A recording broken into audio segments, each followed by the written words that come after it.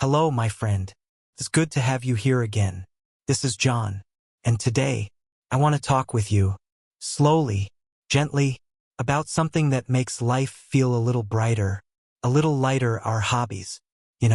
Sometimes the world feels too fast. We rush from one thing to another, work, messages, responsibilities, and we forget how to just be.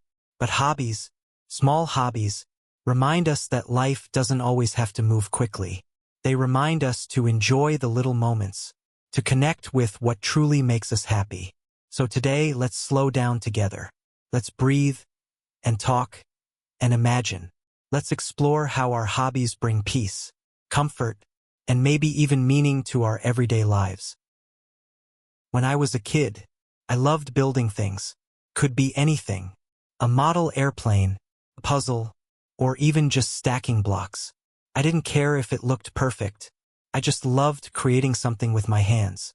Years later, when I grew older and started working, I stopped. I got busy, always thinking, I'll do it later, but later never came. Until one weekend, I found an old box of model kits in my closet.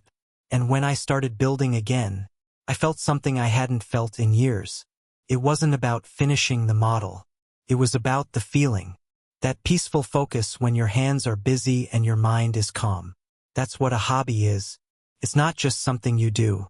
It's something that brings you back to yourself. Maybe you have something like that too. Something that always makes you feel grounded. Maybe it's writing in your notebook, or cooking something new, or simply taking photos of nature. Whatever it is, it's a form of art, your personal art.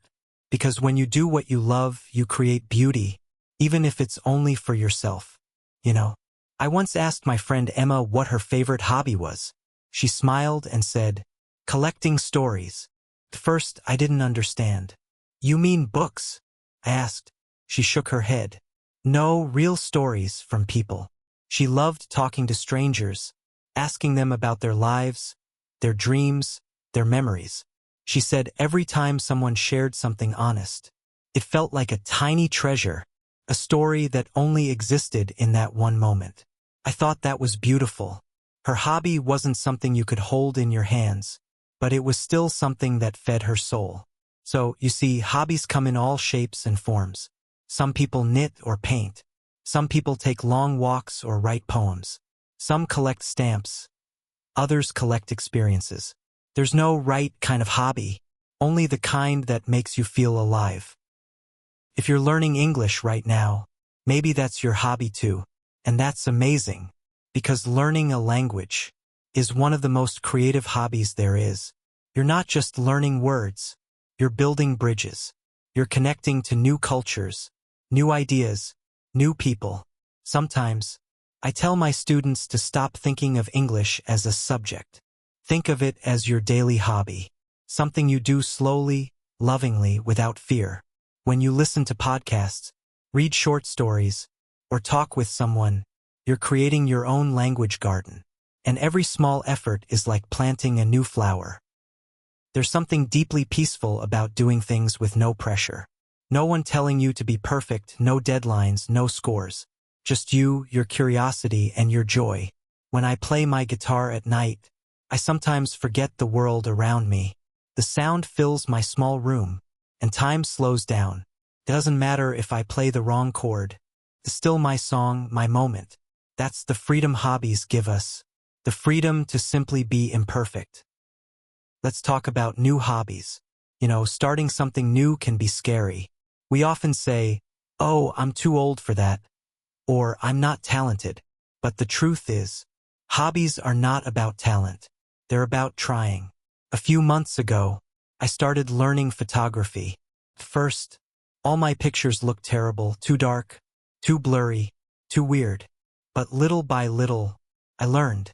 And the first time, I took a photo that actually looked nice. I felt proud. Not because it was perfect, but because I didn't give up. When you start a new hobby, you also start a new version of yourself. One that's open, curious, and brave enough to be a beginner again. Sometimes people tell me, John, I don't have time for hobbies. And I understand. Life can be busy. But here's something I've learned. You don't need a lot of time. You just need a little bit of intention. 10 minutes of drawing. 15 minutes of reading. Even a short walk outside where you just look at the sky and listen to the wind. That's a hobby too. A moment of quiet joy.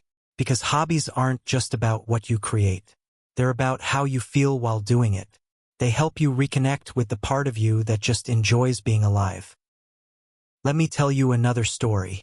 A listener once wrote to me after an episode and said, "John, I started journaling in English after listening to your podcast. It's my new hobby now."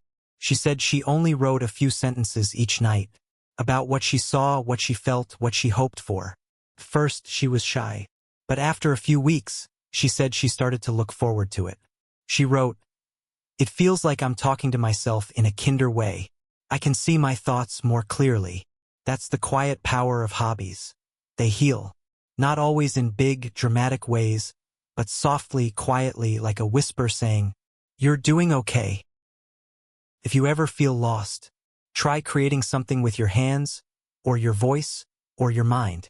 Even if it's small, even if it's imperfect. Because when you make something, you leave a little piece of yourself in the world.